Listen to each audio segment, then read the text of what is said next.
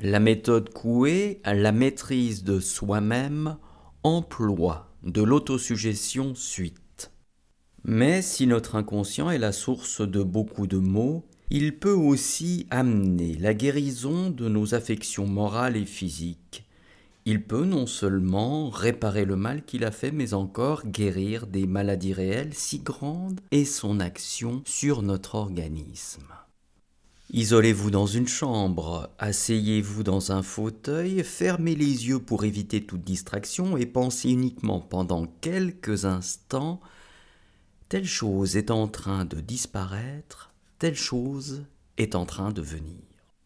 Si vous vous êtes fait réellement de l'autosuggestion, c'est-à-dire si votre inconscient a fait sienne l'idée que vous lui avez offerte, vous êtes étonné de voir se produire la chose que vous avez pensée.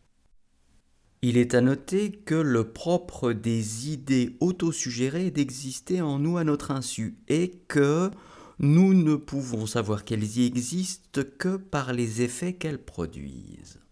Mais surtout, et cette recommandation est essentielle, que la volonté n'intervienne pas dans la pratique de l'autosuggestion, car si elle n'est pas d'accord avec l'imagination, si l'on pense « je veux que telle ou telle chose se produise » et que l'imagination dise « tu le veux », mais cela ne sera pas, non seulement on n'obtient pas ce que l'on veut, mais encore on obtient exactement le contraire.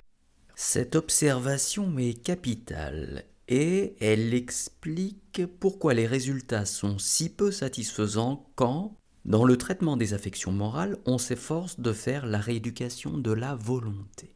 C'est à l'éducation de l'imagination qu'il faut s'attacher et c'est grâce à cette nuance que ma méthode a souvent réussi là où d'autres, et non des moindres, avaient échoué.